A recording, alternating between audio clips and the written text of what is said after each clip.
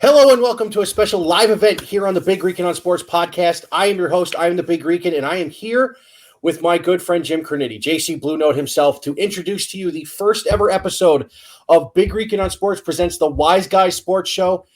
It's a little take on the website we had when we were in college. However, I'm not going to use the other word because I have little kids that watch and listen to this, so I'm not going to do that. So tonight's episode's title is What's in the Box? What's in the box? A reference to a great film from the late 90s, Seven. Of course, Morgan Freeman, Brad Pitt, Kevin Spacey. Great movie, but there's a reason for that. See, I got a message from my co-host here, who will be my co-host for this show each month. We're trying to do this once a month and hit on different topics in different sports. So there is a great moment a few days ago when I get a message from my buddy. He goes, I need your address. I'm like, the hell? So I get a box the other day, which I just cut the seal off of it just now as we were waiting. I have not opened this. I have not seen it. Jim had a hat made with the Big Rican logo on it. So where'd you get it done at again? Lids and first off. Oh, that's killer. That's killer. I like that. That's your logo. 47 doesn't make bad stuff. No, they don't. And the funny thing is, 47, the 7 line, the Mets Lunatic Fringe fan group that I'm in, all their stuff is 47 too. I just got my first scrum tee because I'm a proud member of the Bills Mafia. I got a Bills Mafia shirt, most comfortable shirt I've ever worn. And so I'm thinking to myself, do I not wear jerseys anymore? Do I just start wearing 47 stuff? Wow. That is cool, man. Thank you so much. That is awesome. Flex and everything. They didn't have any 47 stretch, but a little caveat to you guys out there. Number one, Mike and I have actually been trying to put together the Wiseguys Sports Network or whatever we're calling it. We've been trying to do this now for 20 years. We always thought about it. You guys got a little glimpse of it about 6 weeks ago. Was it that long ago already? What's that? Yeah. Was it that long ago? Yep. It's I graduated Tri-C in 01 or 2000. And I moved back here. I didn't go to graduation, but I finished my degree in 2000 as well.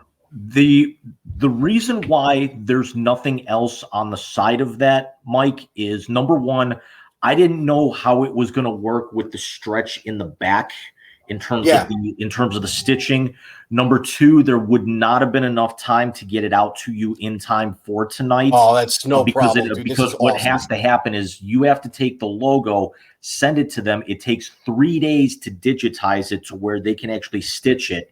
And they had a backlog on there. And third, I kind of had a feeling that we were going to put the Wiseguys Sports Network together. So when you come back in town next, I'm going to take that from you, and then Wiseguys, I'm going to have a secondary logo put on our brims. Nice. We'll come up with that together off the air. Yep. So we've been talking today over Facebook Messenger. We want to get into a few different topics, and it's not going to be – we're not going to go like we did last time. The kid was up all night last night. Yeah, it's you got the Buckeyes in the background. Little hint to you guys. We were talking for a minute before we came on. I got my Blues home opener. Repping my guys here. It's I got the Seattle Kraken first ever home game tonight. So nice. We're not going to go an hour and a half as we did last time. No, and the fact that it's live too. It's I got to when I'm done here, I'll post the audio to the different spots. So let's dive into this. And obviously this is awesome, dude. Thank you so much. This is cool.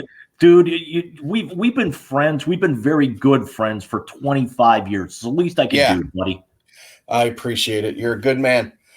So speaking of things 25 years in the making, let's talk about the status of the Browns franchise quarterback. Let's dive right into Baker Mayfield because it feels like we've been waiting a lot longer than 25 years for Baker Mayfield now, doesn't it? First quarterback, 2020, first quarterback since Bernie to start all 16 games in a season. Yeah, and he did it in back-to-back years because he did it in 2019 as well when they were hot garbage. So here was my issue with Baker's injury. I firmly believe they need to shut him down. You know what? I wrote these notes after I got off the phone with you. Okay. First things first, Baker needs to be shut down. I agree. Immediately. Here's the thing. They're going to sign him long term. All the hyperbole coming out of Bristol is garbage. Let's start right there. It's garbage. Because it's Bristol. You know what? So let me ask you that question. And you wanted me to toss you this off the cuff. So here's pretty off the cuff. It's off the top. You got it. I told you. Let's have it. Because guys, you're a journalism guy. Yeah, for those of you who don't know and haven't been to the blog yet, I was a professional journalist back at Cleveland State. I was on the student newspaper, but I was actually getting paid for it because whenever you go to college and you know this full well, there's the campus newspaper that you take for a class, but some schools actually have an independent newspaper. So we got all of our own press releases, we booked all of our own events, we bought all of our own equipment. All the university did was give us an advisor. We actually didn't even have a budget because we basically had our own. We put all of our stuff together by ourselves. They just gave us a room to be able to put that together with. So I was technically a professional for 4 years.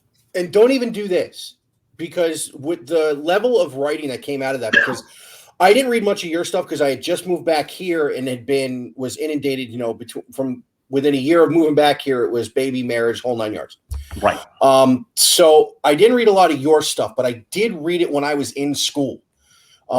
Especially with, every year Cleveland would get the first round of the NCAA tournament at the Convocation Center, at the arena, or whoever. So you read that publication, and it was very, very good.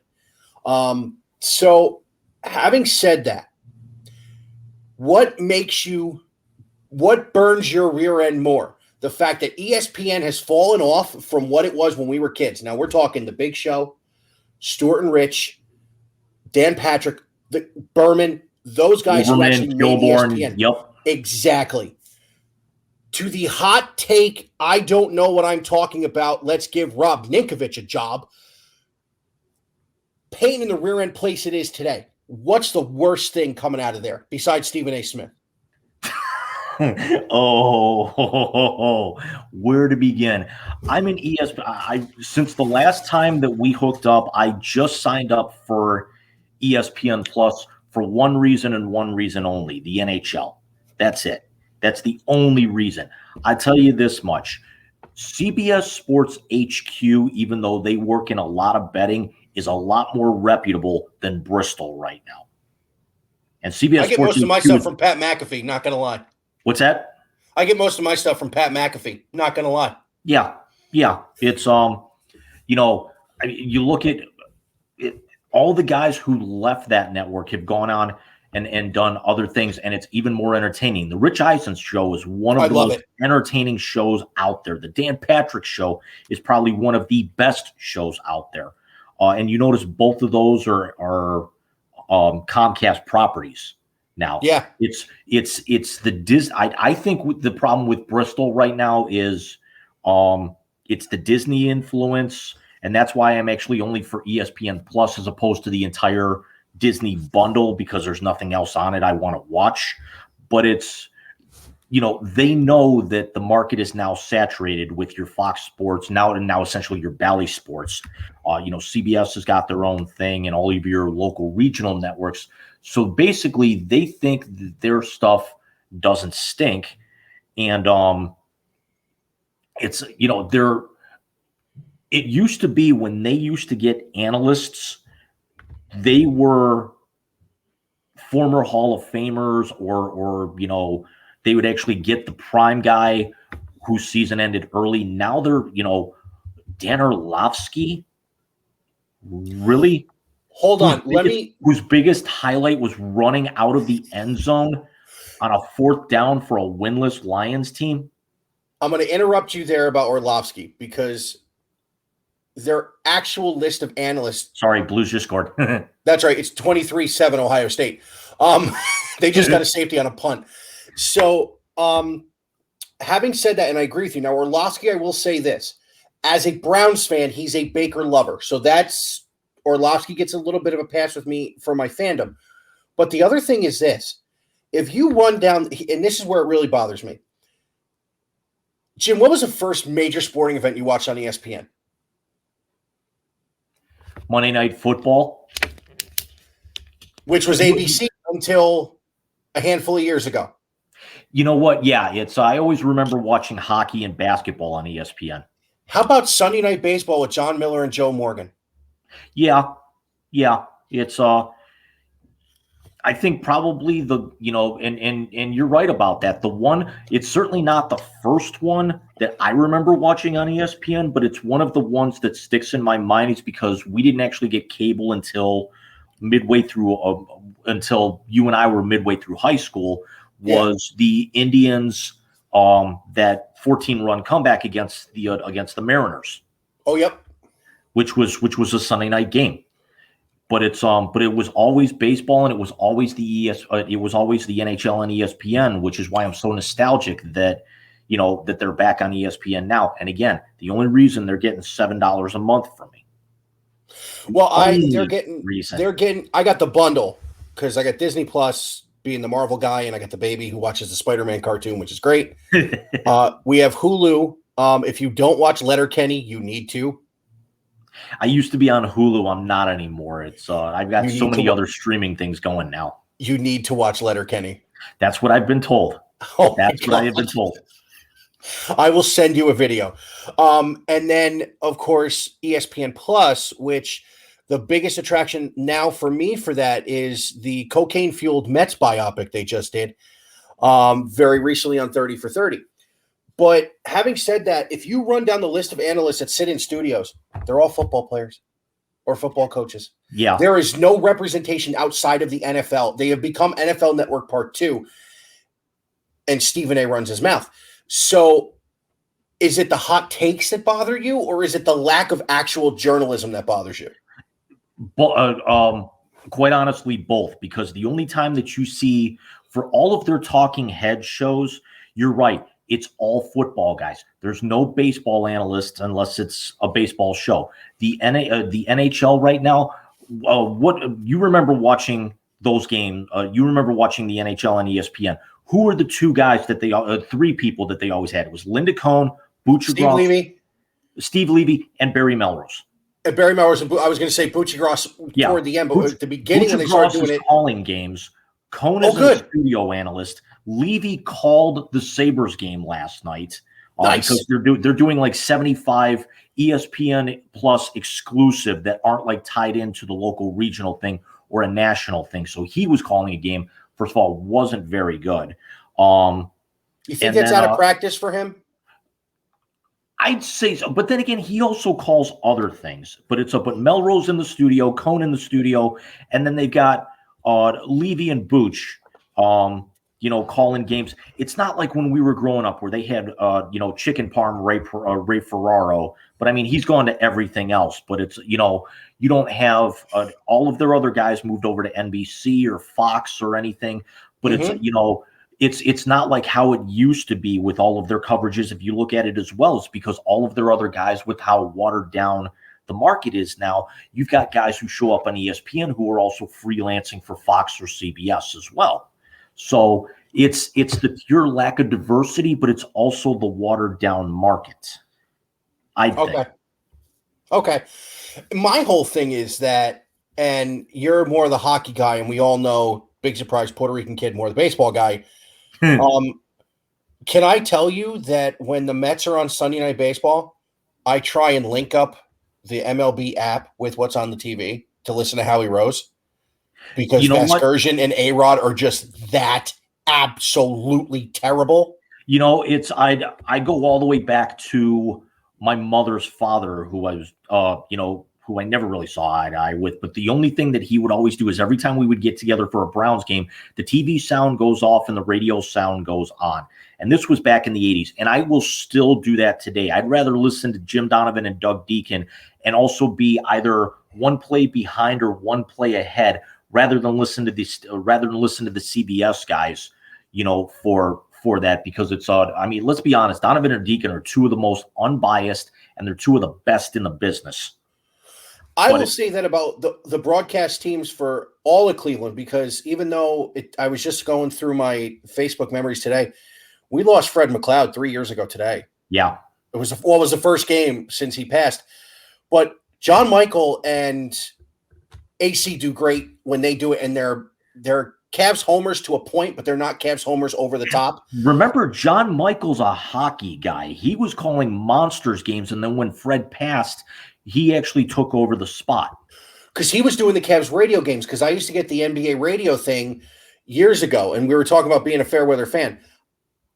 Listen, my favorite player is Bobby Sura. We'll just go there. And the jersey in my closet is Larry Nance. So that's why I'm upset. And by the way, little preview, next month's Wiseguys show will be a Cleveland Cavaliers show. So yeah, it bugs me, and I do that now. It's just they've gotten so terrible. And the Monday Night Football games are almost unwatchable. Well, it's also because the way that they scheduled the Thursday night game is even a better matchup week to week than the Monday Night Football game, I like Buck and Troy Aikman though too. It's I don't understand, and it's not even because I'm a St. Louis homer, with this and the fact that his dad called Cardinals games for 50 years, but I have no problem with Joe Buck. He's phenomenal. He is. When you think about the soundtrack Except of baseball, for his lust for Kyle Schwarber. Listen, I'm that way about Keith Hernandez. I'll give you that. But it's in all honesty, it's ESPN has become unwatchable. I have lovingly started calling them ESECP NFL. Yeah, because if you think about it, that's all they talk about is how wonderful the SEC is and how the NFL is covered 24/7, 365 on that network. And also keep in mind that the SEC network is a division of that. But here's so is ACC. I was just actually bring up. It's like, I literally 20 minutes before we went on air, I just posted a blog about how how I think the best quarterback in college football right now, and we're going to get into that here a little bit later, is the kid from Pittsburgh. But people aren't talking about it because he's from Pittsburgh. Because number one, he's from Pitt. And then you look at your two division leaders in the ACC right now. It's Pitt and Wake Forest. It's not Clemson. It's not Miami. Wake is having a good year. It's damn sure not Florida State. Yeah, Pitt's 6-1. Wake Forest is 6-0. Who the hell would have thought that? But again, we'll get back to that in when we talk about the CFP. Real quick, you brought it up. Did you see the final score in the Wake game today? Yeah, I did. Did anybody play defense in that game? Probably about as much as actually have played for the Browns in the last 3 games. All right, so let's go there. With the exception of this week, of course. And with the exception of Myles Garrett getting held on every single play. Sorry, that's a beautiful pass. Touchdown, Ohio State. Chris Olave in the back of the end zone with a toe tap. Blue shorthanded goal, 2-1. Nice. It's 30-7. Ohio State already. We knew that Indiana was going to take a step back. Well, especially with the Penix injury. So let's get into the Cleveland Browns, and let's get into a 4-3 team that you and I both feel is better than this, that has been decimated by injury. And when I say decimated, do you know last night or 2 nights ago when they beat Denver, 88% of their offensive output was on the bench with injury. Yeah. Between Baker, Chubb, Hunt. They have more players on injured reserve than any team in football, and it's not second line guys. It's 4 starters. It's 4 starters. And including Jack Conklin, a very important right tackle on the best offensive line in the game. Yeah. So let's dive into Thursday night just for a couple of minutes. And I want to do this first and give it a little tip of the cap here. Dearness Johnson was an absolute monster on Thursday night. I actually was singing his praises last year with him as well as of how capable he is. And kudos to them for actually deciding to keep him as a 4th back on the roster, to where it was concerning if he was going to get cut or Kadarius Hodge was going to get cut or a couple of other guys. And just because you know that how deep this team is in the backfield and how well they can run the ball with that. I actually think the Browns right now let me go back to Baker here for 1 second.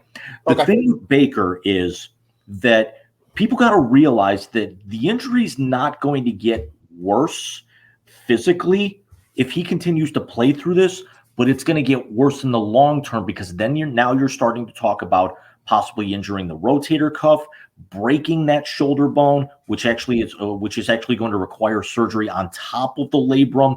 He actually would have to change his mechanics, and that's where you go from a 4 to 6 week injury to a 2 to 3 month with surgery and recovery to him missing 18 months. It's not the same equivalent as the Alex Smith injury, but in terms of the detriment that it has on their career, it is. I agree with you, and that's why I think Baker needs to be shut down. Listen, I love Baker Mayfield. I said to my parents the night he was drafted, I was on the phone with my sister, and I said, if anybody's got the set, I said something else, to win a Super Bowl in Cleveland, if they can build around him, is this guy. And listen, they were a bad call from the AFC Championship game last year. Yeah. And they're two defensive. And let's put this season, this 4-3 terrible team according to ESEC PNFL, into perspective. They could conceivably be 7-0. Yeah, 2 defensive stops, my friend. 2 defensive stops. No, 6-1. Arizona clean their clock. I don't. Let's put a pin in that, and let's come back to it when we talk about one of the other things you wanted me to discuss tonight. Okay, we'll get into that in just a minute. But from what I've seen, eye test wise, there are 2 defensive stops from being 6-1, and those 2 wins are against a very good. I almost said San Diego team, LA Chargers team, and are we talking middle of the road now? Kansas City Chiefs team. Yeah, it's you'd almost want to say it, because if you look at that, Denver's going to be Denver. Denver's overachieving, but if anyone thought that the Chargers and the Raiders, to dip into the whatever you call them, Berman, one of the few guys actually still, watchable on that network, even though he's 10 years past his prime and everything. And it's not the same without Tom Jackson, who, No. Booger McFarland needs to go. First of all, you got a guy named Booger on there. First of all, the only guy named Booger we should talk about is the one from Revenge of the Nerds. Second of all, or if you're an old school WWE wrestling fan, Bastion Booger, but that's not it.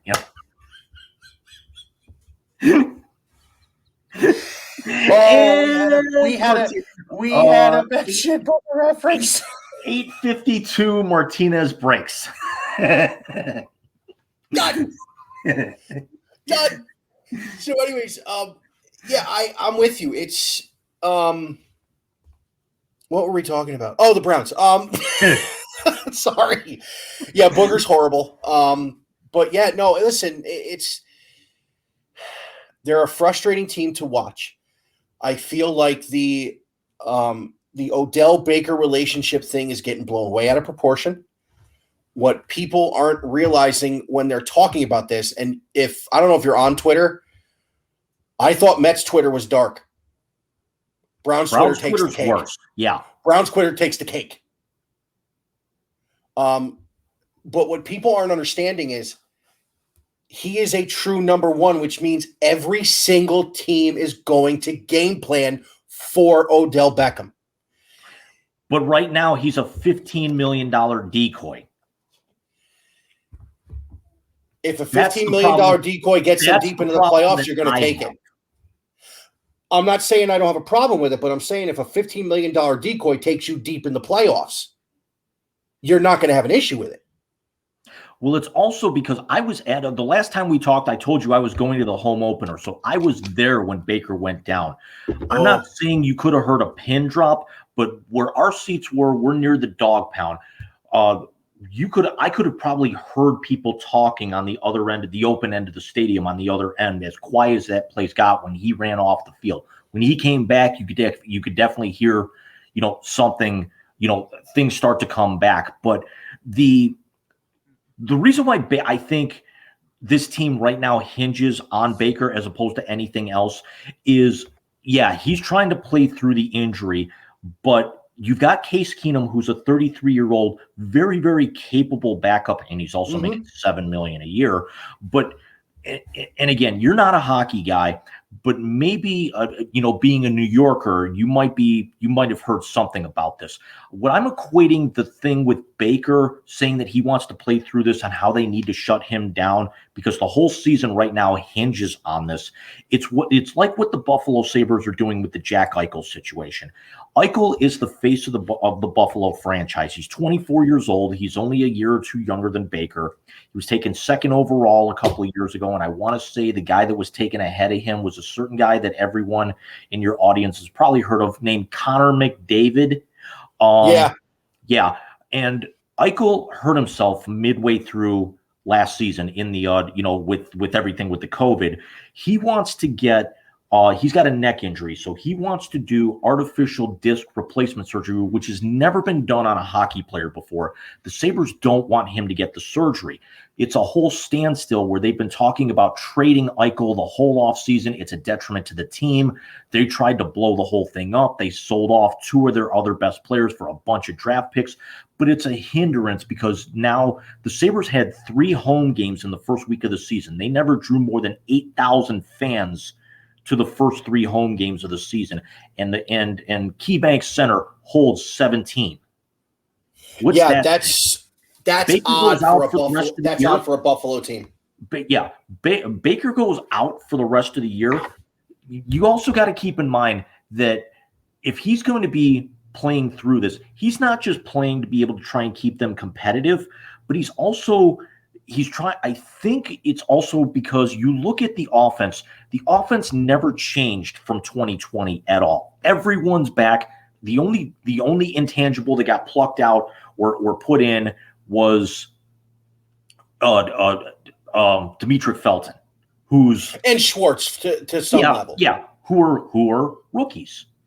Mm-hmm. Look at the defense, though. You've got basically an entire revamped secondary. And you've got, with the exception of Denzel and Greedy, you've either got guys who are in their first year there or on a ton of 1-year deals. Yeah. And I think the more successful that they've got a better chance with Baker at 100% of making a deep run to where these guys up for 2-3 year extensions if they want to, as opposed to these 1-year deals. Because if all of these guys leave, if they're only a 6-win team the rest of the year with the top part of their schedule coming up, really after the Pittsburgh game, because I don't think Pittsburgh is really that much competition anymore because Roethlisberger can't throw the ball more than 20 yards down the field anymore. And they still have no running game, and Juju out for the year. Go after them. But you'd actually have to rebuild, with the exception of Miles, Taki, and JOK once he comes back off of injury. You would have to rebuild that entire front 7. Yeah, I would actually re-sign Jadeveon Clowney. Yeah, I would actually re-sign Jadeveon Clowney. He has been exactly what we thought he would be, and that is a guy that will take some pressure off Miles as far as being a focal point. So let's dive into the big topic of the night, and let's talk about Mr. Myles Garrett, who leads the league in sacks, even though he gets choked out, he gets tackled, he gets, I don't know, there's words I want to say, but I won't say on the air. Violated is the one I'll use. So I'm asking this very seriously. Do the NFL go to Home Depot on a Sunday morning and find 5 dudes who don't know where the screws are to be the referees in these games? Your lips to whatever deity you believe in ears. That dude can't help them. The egregious hold where the Denver O-lineman had him by the throat, and he still made the play and ran Teddy Bridgewater down. Here's why I think the Arizona game was not as much of a blowout as where I think it was conceivably winnable. I shut the game off when they went down 14-0 in that first quarter. Here's why. Those 4 penalties on that second drive, the 2 garbage pass interference against Denzel Ward, and I'll actually say, and let me actually stop right there for a second. Denzel Ward, don't franchise him, don't extend him, gone. I'm sorry. I know he's a Buckeye, gone. He's also Nordonia. He stubs a toe and misses a month. You don't pay a guy who doesn't stay on the field, and when he's there, he's either getting an OPI or he's getting burned. He made a couple of great plays and had a great rookie season until he got hurt. When he's there, he can be great. But the problem is he's not reliable. Gone. I see your point. I wouldn't, as I look up, and the Doug Deacon Baker Mayfield Progressive commercials on my TV right now. So, and I understand your point. I would not get rid of him because of he is productive when he's on the field, but you're talking Nordonia to Ohio State to Cleveland. I feel they made a mistake letting Brian Hoyer go years ago. I'm sorry, but that's I love you to death, man, but that's actually that's local boy homerism right there. That's Brady Quinn, Montreal. That's Brady. No. That screams Brady Quinn. We can't let him go because he's a local boy. I didn't want Brady Quinn at all. Same instance. You see where I'm going with this, though. Yeah, I do. Whatever. Truth hurts, don't it? You know what? It doesn't, because you're not wrong. If you were saying this just because you didn't like the guy because of where he went to college, that's one thing. But you're not wrong. And if he has a good second half of the year, I think you can retain him because that is a strong secondary when it's together with Greedy and Newsom, who's been great. JOK playing that, wow. This is steal of the draft. I think I think him going on IR is going to cost him Defensive Rookie of the Year. I actually had him picked for Defensive Rookie of the Year. Yeah. But let's get back to the Zebras here for a minute. I wanted to ping. I told you in the lead up to when you actually approached me with this last night. I got back to you this morning. Let me throw an idea. Let me pitch something out there and let me see what you think about this, because I've been thinking about this for a couple of years, and I'm finally glad I got a platform to be able to throw it out there with your audience. You realize the NFL is the only one of the big four leagues that does not have a major infraction warning rule. And let me say this. I didn't know that. You throw at a guy in baseball, what happens? You get warned. Exactly. You do it again, what happens? You're gone. So's your manager. Exactly. Basketball, flagrant fouls, technical fouls. What happens when you get one? You get a second one, you're gone. Exactly. The NHL, you get two major penalties in a game. What do? You're gone. You're gone. Why does football not do this with personal fouls? Never mind personal fouls. Which is the equivalent of a major penalty? Agreed. And I think you can't do that in the NFL with personal fouls because of the ticky-tack quarterback rules. I'm glad you brought that up. I'm glad you brought roughing that the up. passer on Kyler Murray was because he's 4'6" and the guy was 6'5" that hit him. I'm glad he didn't even hit him. He put his hands up. I'm glad you brought that up. Pitch number 2. Not only go to the 2-strike system, a la the technical foul, or I can't believe I'm using the analogy, the yellow card, red card analogy, which we all know soccer's not a sport. I'm not saying go to it, but you know where I'm leading with it. Yeah. Because at least the college game has got something right. Targeting, automatic. It's basically the equivalent of a red card. It's a personal foul, and you're gone if it's found. Yeah, but that's just it. They call it, and then they review it. That's exactly what they need to do. That's the second part of my proposal. All personal foul penalties should be subject to a mandatory 30-second booth review right then and there. You're telling me that all of the cameras that they have access to, whether it's a Sunday afternoon game that nobody gives a damn about, ESPN or NFL Network, with all the cameras that they have, if somebody scores a touchdown and they're like their offensive lineman is like picking them up and slapping them on the head and everything, and then 45 seconds later, that's in the slow-mo montage as they're going to commercial, you're telling me that they couldn't look at a review in the exact same time period of a personal foul and determine whether or not it's warranted or if it was a dive? They absolutely should. And let me expand on that one step further. And let's go back to last year's AFC divisional game in Kansas City between the Browns and the Chiefs. Every turnover is reviewed. Yes. Why can you not call a penalty when an illegal play caused the turnover? Precisely. That was a helmet-to-helmet hit.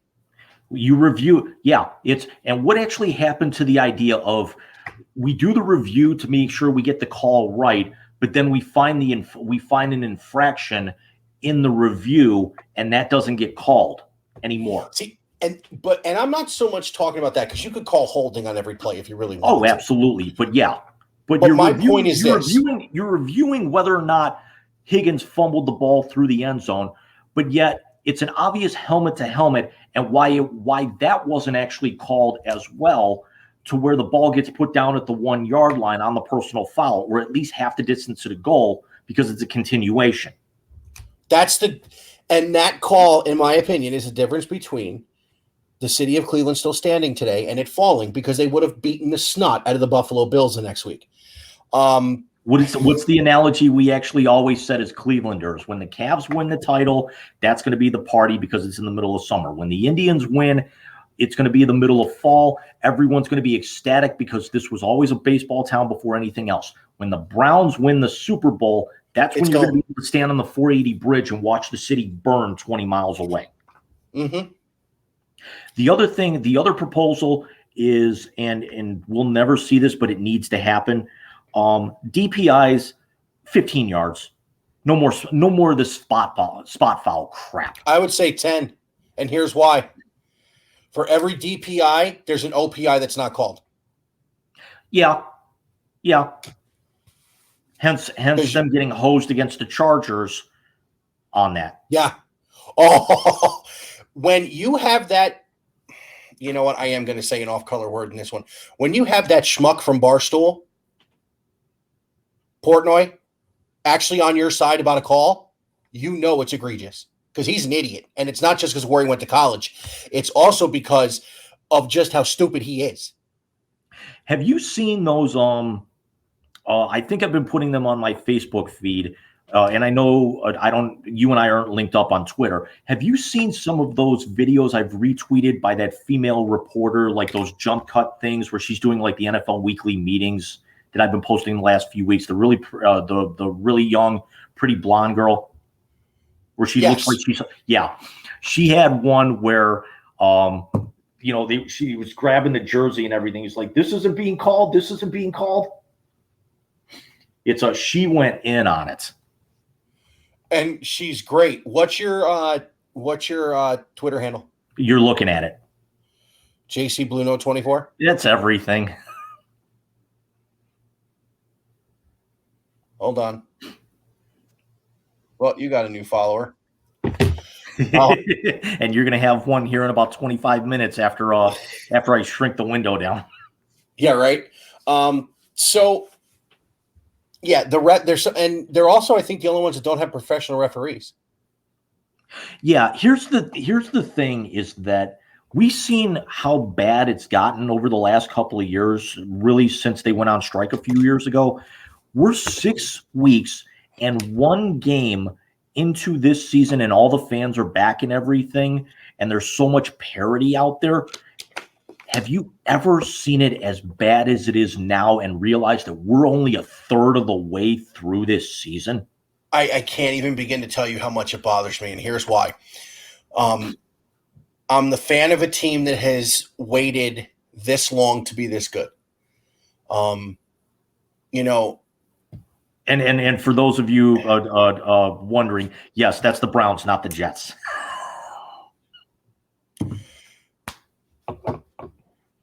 I feel bad for Zach Wilson. And I feel bad for Zach Wilson because Sam Darnold's going to win Comeback Player of the Year and freaking. I was looking for a way to link up Darnold and Wilson on that and defend the former while crushing the latter. It's I feel bad for the position that Zach Wilson's been in. For him personally, I don't. Mm-mm. No, because that should be Justin Fields. He's as much as I'll introduce you to my buddy Alex from Chicago. He's not really pumped with the Chicago Bears, but he loves him some Justin Fields. Yeah, but if he sees what I'm wearing, he's gonna love me. His dad's a St. Louis guy. Okay, he's forgiven. Hey, it's not going to focus. 37-7. It was 7-7 with a minute left in the first quarter. Yeah, I'm not gonna hammer them tonight like you think I would, but it's 3-1. Okay. I love live television. I look up for 1 second. David Perron's putting it in the back of the net. Nice. Although I hate the friggin' jerseys that they're wearing. They're wearing those god-awful, like, lighter blue 1967 throwbacks. Yeah. If like the Cardinals blue? No, it's like the Blues had a lighter shade of blue. Like, it's something like that. Yeah, something. It's kind of that. My wife had this made when I first did the show. It's almost like it's almost like that. I mean, me being colorblind and everything, but it's it's almost kind of like that, or like an Oklahoma City blue. Oh, although on TV it's picking up a little bit darker. But I can actually tell like the helmets and the jerseys are two different colors. If Tool taught us anything, it's F retro anything. We have had a Shit Booger reference and a Tool reference. Oh, God. Okay, hold on.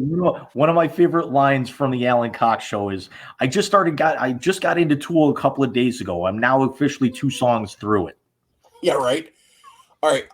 I'm going to go old school with this one real quick, and I'm going to inject a new topic.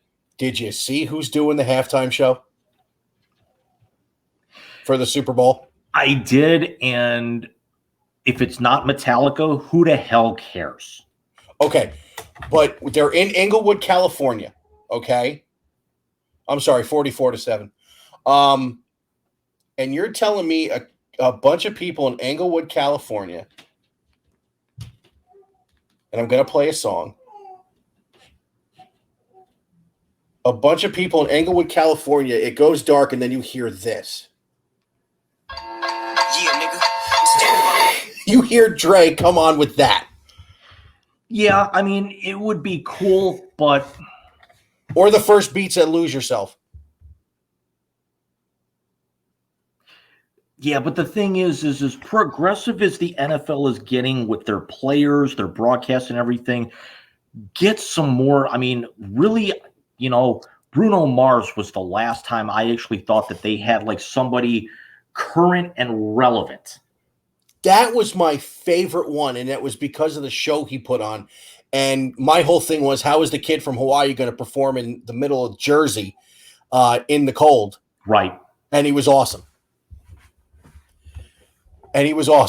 Although I will actually say, I mean, when you're watching wrestling shows and everything, there's what they call the bathroom or the refreshments match.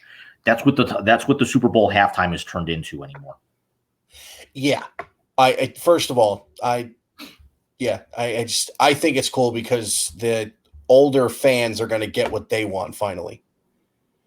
Yeah, we're the older fans now.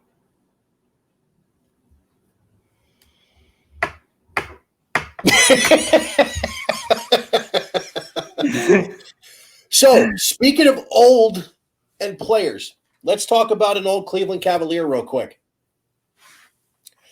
Let's talk about Kyrie. I've been waiting on this. This was the guy, ladies and gents, this was not part of the format. Let's go. Let me be the first one to say this, and I don't know if you're the same as me, and I will go back to the ESPN conversation and say these idiots who said that LeBron, they scored 4-1. again, Yep. that said LeBron would not have, the Cavaliers would not have won that title or only won it because of that shot by Kyrie Irving that went to homeboy's head. And he has gotten stupider by the minute. I don't know how he got into Duke outside of playing basketball because he's an idiot. Although, somebody threw us, I saw on Twitter, somebody threw a meme out there today.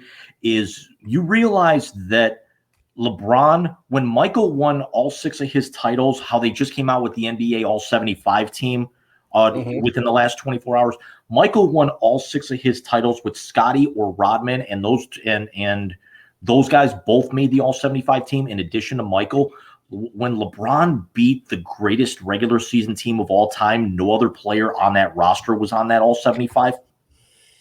All right, I'm going to have you go back to, and Alabama's losing.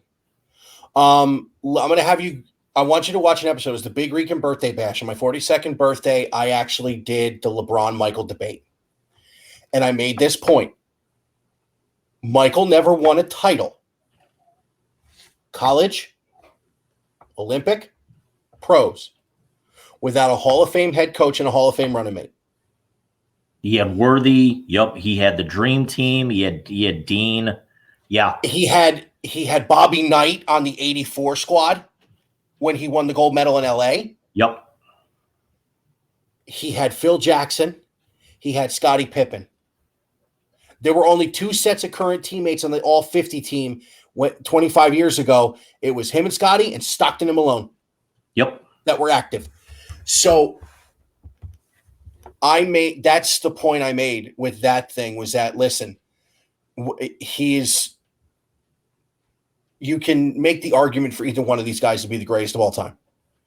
But at the end of the day, when LeBron is all said and done, the only stat Michael Jordan will have better than him is free throw shooting. I don't know. I mean, I don't know if he's going to catch his 6 titles. Titles are team things. Yeah. I don't ring count. I don't put into this. I am talking about Michael Jordan. Because if we did, we knew who the greatest player of all time would be. Yeah, because by the way people do that, Robert Horry is better than Michael Jordan. Yeah. So is James Jones. Yeah. Big Shot Bob's got 7 rings. Yeah. And the people who put Kobe in that argument, by the way, he wasn't the best player on his first 3 titles. That was Shaq. No, he wasn't. But I can't believe it's actually been a year. Oh, my God. And I'm a Celtics fan through and through. I mean, I don't watch much of the NBA anymore because the super teams took all the fun out of it, even with, our Cavs winning the title 5 years ago. But, I still think the 86 Celtics, it's my dad's influence, because my dad was, my dad's 2 favorite players of all time, Bird, Walton. And the fact that Bill Walton was coming off the bench as a 6th man, I still think that 86 team was the greatest team of all time. Only rivaled by the Lakers teams of Worthy, Magic, and Kareem Abdul-Jabbar, with Michael Cooper and all 6 of those. If you look at that 86 Celtics team, they're all in the Hall of Fame. McHale, Parrish, Ainge, even though as a GM, and DJ, the coach, and the 6th man, all in the Hall of Fame. No other team can say that. No, they can't. So let's go back to Kyrie.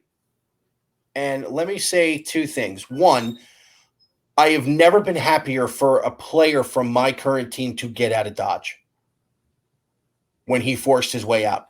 Yep. Because it was just ego and stupidity. Yeah. And I found it very funny that same year, the 2 teams played in the NBA conference finals without him. Yeah, that's true. Yep. So I understand, and I'm not going to get into why he's sitting, because that's everybody. I mean, you did the great article about the coach from Washington State, which I thought was very well written, by the way. But how stupid do you have to be? This is all. Remember, he thinks the world's flat. He's. I know you actually touched on the article, but I made a comment in there, and I don't care who I offend with this. Who's more buying into their own delusions of grandeur, him or the former president? Kyrie? 6 of one, half dozen of the other. Exactly. It blows my mind. And that team, put together the way they were. James Harden did some shady stuff to get out of Houston. I'll always hate Kevin Durant. Because we would have had 3 in a row had Durant not decided to be a little girl and chase rings. I'm actually glad that you said that, because I was going to say something else that was going to get it bleeped.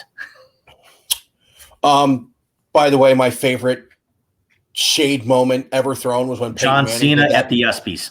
Wasn't John Cena, it was Peyton Manning next year when he said that team was so good, the girls' gymnastics team was so good, KD wouldn't start for him. That's right. Because I forgot about that one. Cena's was funny. Cena was good. Cena was good, but Cena's best line of shade was the 1.3 million people and still not one good quarterback at the Cavs parade. He wasn't. And then the very next year we get Baker. Yeah.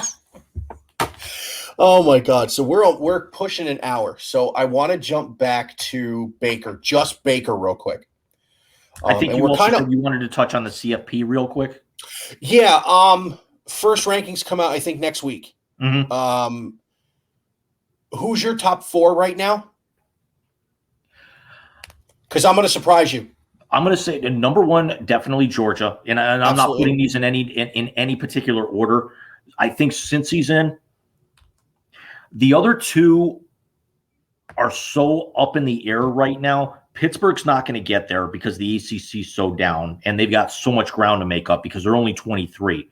Oklahoma needs a lot of work. I think with Penn State's officially out of it. Yep. I still think the only way the Buckeyes get in is if they run the table, and I'm not saying that as a hater, because you look at their schedule. You're absolutely right. They've lost to Oregon. And I don't know if you saw that game. That game was tied midway through the third, and then Oregon just opened up a can of whoop ass on UCLA, who's a damn good ball club. They are. But I don't think Oregon's got got enough left on their resume to get in. Ohio State, even if they run the table, the only quality win that's going to be on their schedule is going to be Michigan, and I don't think that's enough. Michigan State still undefeated. Michigan, yeah, but also Michigan State has Michigan next week. Michigan State has the same predicament that Ohio State has. Their resume is not deep enough because of the fact that everyone else ahead of them has beaten themselves up and taken themselves out of the running to weaken their schedule. Agreed. And my top 4 right now, I do have the Buckeyes in right now. This team reminds me of that 2014 team. Big win week 1 with a new quarterback. Lose to a team you should have beaten, Oregon, Virginia Tech, and then get consistently better as the season goes on. Yeah, but the difference is I'm sorry to pop your balloon here, but really since that Oregon game, who have they played? Same thing that year. I get that, but here's what they're going to have. They're going to have Urban Meyer with one of the best teams in the country, and now you've got Ryan Day, who that defense is still not figured out. It's better than when the last time we talked 6 weeks ago, but it still needs a lot of work. I agree with you. And here's where I think this is where it reminds me of that. That 2014 team needed that work on the offensive side of the ball. The defense wasn't the issue. JT Barrett was turning the ball over. They did not have a good running game until 3/4 of the way through that season. They're going to get a 1-loss ranked, 2-loss now. I'm sorry. Who's going to win the West? Yeah. And really doesn't even matter. If Iowa losing to Purdue screws Ohio State, I'm going to be mad. And here's the other thing is that, Guys, stop scoring. 5-1. Yeah. Yeah, it's 44 to 7. And there's still 12:54 left in the second period. They're on pace for 10 tonight. Nice. Now, granted, the Kings suck. But I'll take it's I got my rally towel all set to go. It's as long as that towel's not yellow, swing it as much as you want. I just threw up in my mouth a little bit. Thank you very much. But getting back to the top four, I think it's such a crapshoot. I think the Buckeyes have to run out. I think it's going to be Ohio State or Michigan. Whoever wins that game is going to get in.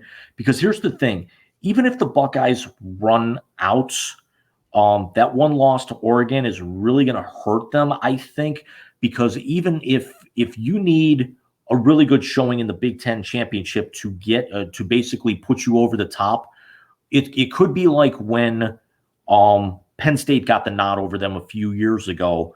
Even though the Buckeyes went to the conference championship game, it's because it was Penn State went that year. It was okay. I'm sorry. As a matter of fact, I'm kind of burnt out. I was going back over. I changed all the graphics on my blog, and I can't remember. I can't believe I even did that. I can't believe I don't even remember that, because that was one of the things that I changed. Was when I actually said Penn State deserved the nod the year that they got in. Was that it could be something that it could be like when they got Northwestern a couple of years ago and then ended up missing out, is because they had the resume, but the problem is winning the conference championship wasn't against enough of an opponent to vault you over somebody else.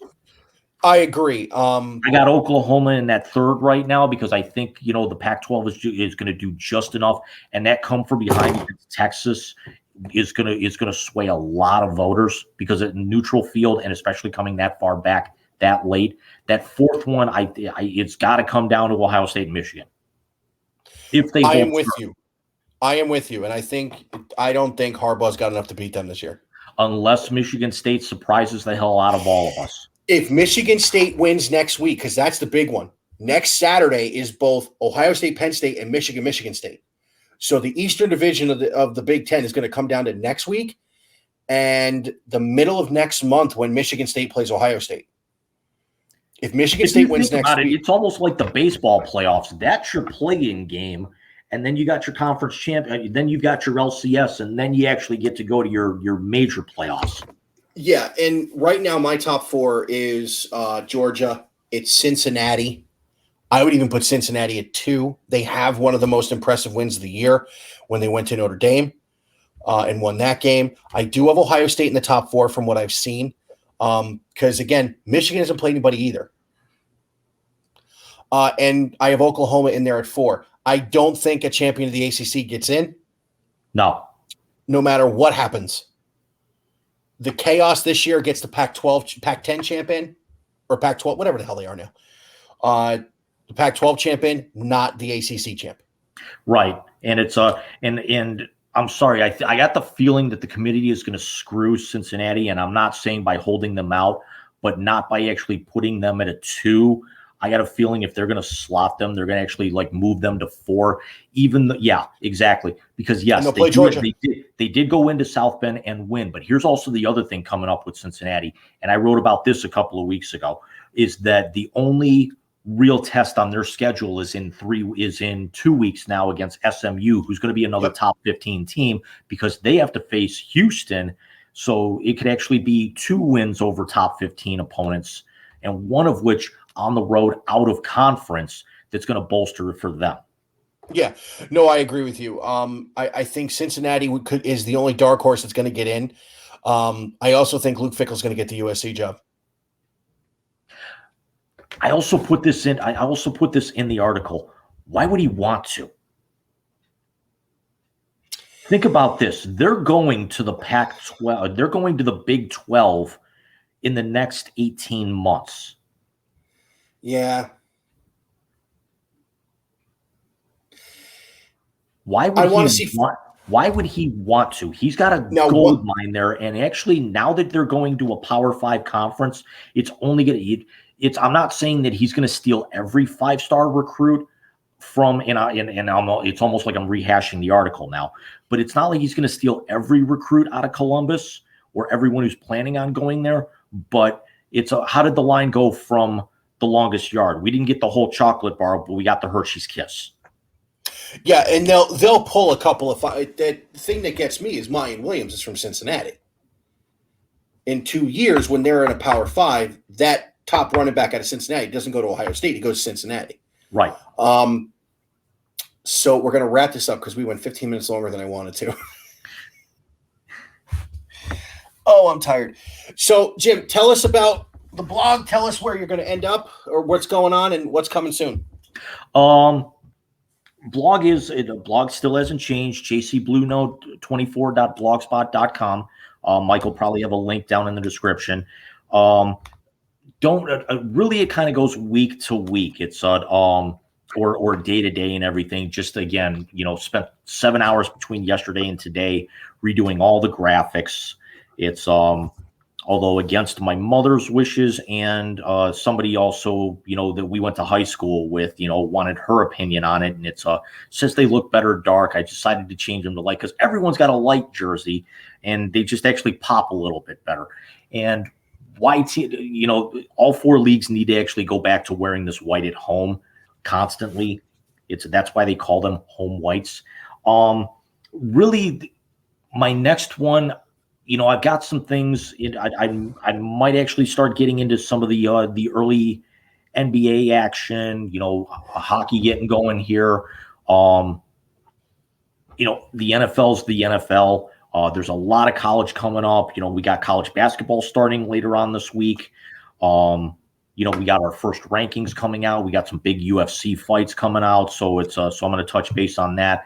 But again, jcbluenote24.blogspot.com. And I can't believe it's taken 20 years, but the Wiseguys Sports Reporter Network or whatever we're calling, it's back, baby, and we ain't going anywhere. No, we're not. And I will say this, the next couple things coming from Big Rican, if I have time, I'm going to get the 2 guys I did the playoff preview with back on. We're going to do a quick World Series preview as one ticket has been punched by the Houston Astros. Dusty Baker becoming one of 6 managers, I think, to win a pennant in both leagues. The first since Jim Leland was the last one to do it with the Tigers after winning the 97 World Series with the Marlins, but we will stop there. The only guaranteed episode I can tell you right now for Big Rican on Sports is a live event on Black Friday where I will preview the 117th playing of the game between Ohio State and Michigan from Ann Arbor, Michigan the next day because Michigan punked out of last year's game. Better you going live with that one than what I usually do on Black Friday, and that's drive around and drive around parking lots, not so much shopping, but just laughing at all the people standing in line. I do the same thing. But it's a special event this year. I don't know if you heard, but at Big Ten Media Days, Jim Harbaugh said that he is going to beat Ohio State or die trying, and I am seriously toying with throwing Harbaugh awake. So before we go, I actually said I was going to bring this up real quick. You threw something at me. I'm going to throw something at you. By the next time we get together, and I know you're on Long Island, you're on Eastern Long Island, and I'm upstate. I'm in the mountains. What's that? I'm in the mountains. I know what you're throwing at me. I am about 2 to 2.5 hours from where you're going to talk about. Okay. Very, very close to your Mets, and I know you get to some games over at City. I gotta ask, what do you actually think of the new UBS arena that's being built there, where the Islanders are going to be moving? The Islanders need to be on the island. Which is, they actually need to. I mean, this is something, and the Islanders are very, very near and dear to my heart. They won their first Stanley Cup on my 2nd birthday. The Nassau Coliseum. They've been planning this for since we were in high school. They originally wanted to have the Nassau rebuilt with the Lighthouse Project, and then the city of Hempstead blocked it, and then the Barclays fiasco. And it's just so nice to be able to see this state-of-the-art arena being built there. And I mean, that's actually what's going to get me up to your neck of the woods, hopefully here in the next 18 months. Yeah, and I will say this, and I'm not the big hockey guy. When I was a hockey guy, it was the Rangers because my dad's been a Ranger fan for forever. You know, and I will say this too about it. That Islander team is young. They are good. They are explosive. Not out of the gate so far this year, but also. But what, 2 games? 3. And here's actually where this sucks, because the arena's not finished yet. They don't open that arena until November 20th. The Islanders play their first 17 games on the road. Yeah, but they got a big homestand after that. Oh, it's, I think, between November 20th and I want to say maybe the end of January. I think they only played 3 road games in 2.5 months to make up. Yeah, that's huge. That's huge. No, they belong on the island. I hope you do get to it. I hear it's going to be phenomenal. I'd actually love to be able to get up there in late season. I'd say, hell, you and I can make a weekend out of it. We can actually hit late season Mets and then actually just drive 15 miles and go catch the Islanders at the new barn. That would be cool. The hockey was the last live hockey game I went to was a Cleveland Lumberjacks game. Yeah, tells you how long ago that was. I caught my first Sabres game about 4 years ago, first NHL game, and it's a great place to see a game. Although I will say, new bucket list, not only Enterprise Center to go see my Blues, but I would love to be able to get up to UBS. Apparently, this is also part of why I really want to see Seattle open their schedule tonight at Climate Pledge Arena, which those of you who don't know is it's the restructured Key Arena in Seattle. They ripped it down to the studs and rebuilt it. Amazon owns it and then put their naming rights on it.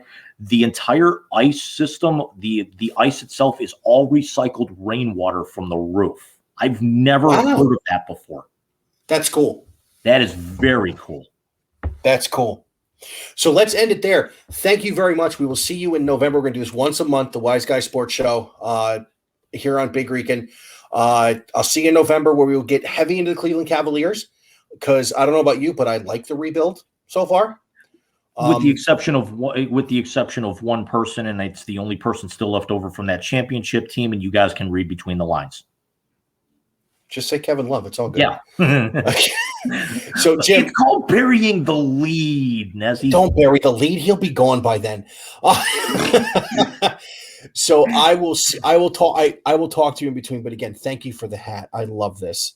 It's if you come up for the holidays, we'll have everything stitched up, or I'll even look for a 47 in a stretch. I mean, these were test runs, and I can't believe how well they came out. So the next time they're going to be tripped out.